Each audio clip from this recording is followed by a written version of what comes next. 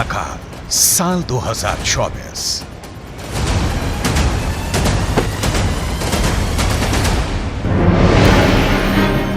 Gaza युद्ध को लगभग 3 महीने होने जा रहे हैं, लेकिन अभी तक इजरायल की आईडीएफ गाजा से हमास लड़ाकों का सफाया नहीं कर पाई है। हालांकि पिछले 36 घंटों में इजरायली सेना ने हमास के लड़ाकों के साथ साथ 200 से ज्यादा फिलिस्तीनियों को मार डाला है। हैरानी की बात तो यह है कि इजरायली सेना पर पिछले 2 हफ्तों से अचानक हमास के लड़ाकों ने उत्तरी गाजा और दक्षिणी गाजा में जबरदस्त हमले शुरू कर दिए हैं। साल के आखिरी दिन 31 दिसंबर 2023 को हमास की तरफ से जारी किए गए इस वीडियो को देखिए, जिसमें हमास के लड़ाके इजरायल के टैंक बख्तरबंद लड़ाकू वाहनों पर बेहद पास से हमले कर रहे हैं।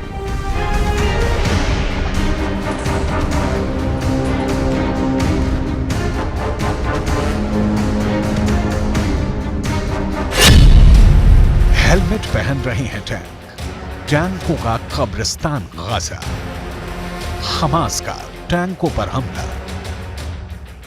31 दिसंबर 2023 को हमास की तरफ से जारी इस वीडियो को देखिए, जिसमें हमास लड़ाके बेहद करीब से इजरायली टैंक के ऊपरी हिस्से पर सीधा हमला कर रहे हैं। हमास का दावा है कि यह हमला इजरायली टैंकों पर दक्षिणी गाजा के खान यूनुस में किया गया है। हमास का दावा है कि यह हमला 30 दिसंबर 2023 को इजरायली टैंकों पर हुआ है।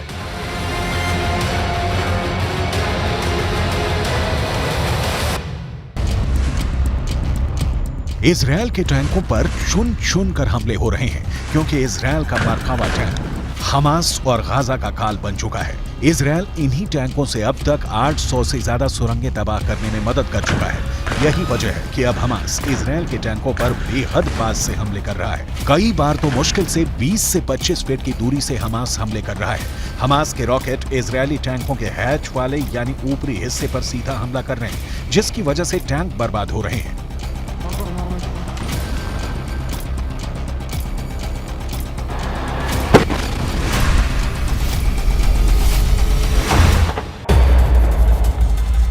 अब हमास की तरफ से जारी ये वीडियो देखिए, जिसमें हमास के लड़ाके गाजा में कब्रिस्तान बन चुके इमारतों के पीछे से इजरायली सेना पर हमला कर रहे हैं। दावा किया जा रहा है कि इस हमले में कई इजरायली सैनिकों की भी मौत हुई है।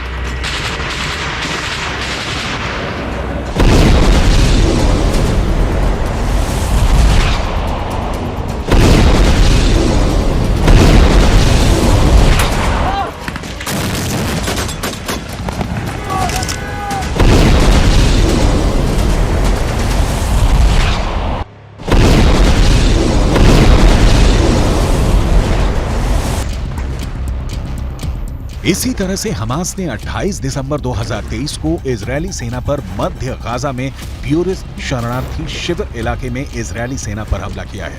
टैंक और पैदल सेना पर हमास इसी तरह से हमला कर रहा है। दावा किया जा रहा है कि इस इलाके में अभी भी इतनी ज्यादा सुरंगें बची हैं, जहां से अचानक हमास के लड़ाके हमले कर रहे हैं।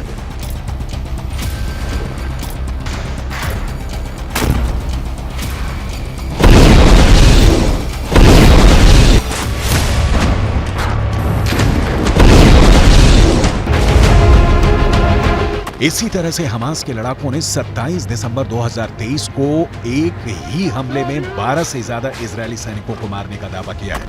हमास का ये वीडियो किस जगह का है ये तो नहीं पता, लेकिन वीडियो में इजरायली सेना पर हमास के लड़ाकों के हमले साफ देखे जा सकते हैं। यही वजह है कि इजरायली सेना के मरकावा टैंक के ऊपर शील्ड लगाई जा रही है, ताकि टैंकों को तबाह होने से बचाया जा सके। इजरायल की मौत बना हमास का सुरंग युद्ध। अब तक इजरायल के 480 से ज्यादा सैनिक मारे जा चुके हैं। इसकी सबसे बड़ी वजह हमास की वो सुरंगें हैं जो अभी तक इजरायल तबाह नहीं कर पाया है। हालांकि नेतन्याहू पिछले हफ्ते गाजा पहुंच गए थे और उन्होंने इजरायली सेना के कमांडर्स और सैनिकों के बीच काफी वक्त बिताया। नेतन्याहू ने साफ कह दिया है कि अब किसी भी कीमत पर गाजा युद्ध नहीं रुकेगा, चाहे भले ही गाजा युद्ध लंबा चले। अगर हम गाजा में फिलिस्तीनियों और हमास के लड़ाकों पर नजर डालें तो तस्वीरों और आंकड़ों से बिल्कुल साफ हो जाता है कि इजरायल ने गाजा को पूरी तरह से कब्रिस्तान बना दिया है। गाजा में 70% से ज्यादा इमारतें तबाह हो चुकी हैं। 19 लाख फिलिस्तीनी शरणार्थी बन चुके हैं। भूखे, प्यास, बीमारी और बमों के हमलों ने गाजा में फिलिस्तीनियों को साक्षात नरक में पहुंचा दिया है। जरा ये आंकड़े देखिए। 7 अक्टूबर से अब तक गाजा में इजरायली सेना ने 22,000 से ज्यादा हमले किए हैं, जिसकी वजह से गाजा की 70% इमारतें खंडहर हो चुकी हैं।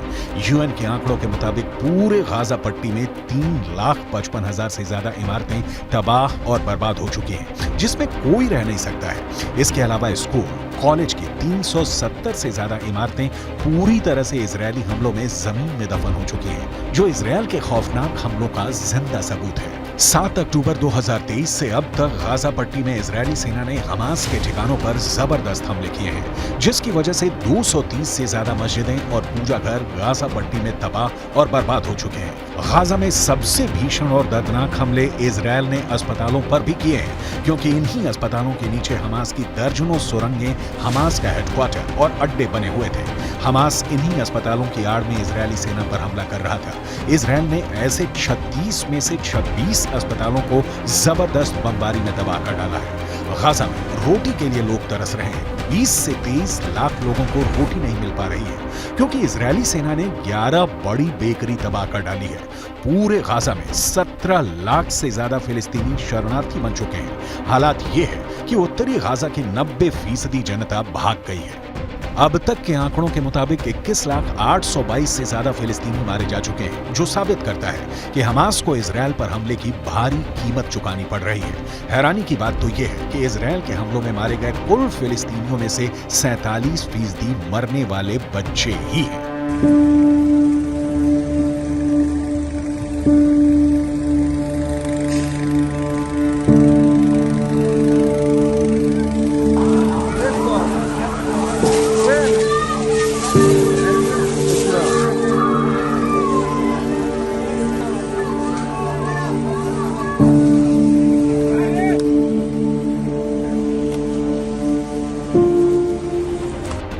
इन्हीं हालातों को देखकर हमास, हिजबुल्ला और ईरान अब इजरायल से आर पार की जंग का ऐलान कर चुके हैं। लेकिन नेतन्याहू ने साफ चेतावनी दे दी है कि कोई जिंदा नहीं बचेगा।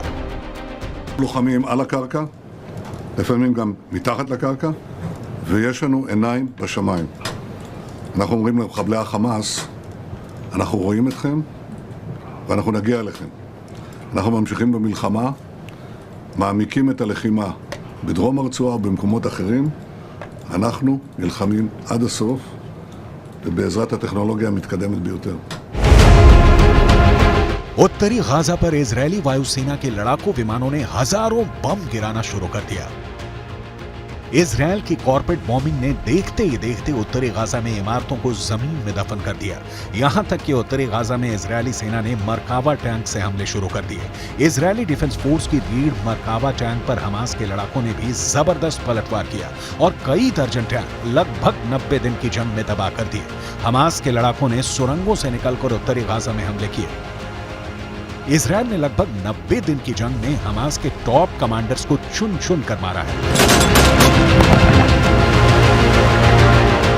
अब तक 100 के करीब हमास के कमांडर मारे जा चुके हैं। लेकिन जिस तरह से हमास गाजा में पलटवार कर रहा है, उससे साफ हो चुका है कि साल 2024 गाजा के लिए बहुत विनाशक साबित होने जा रहा है।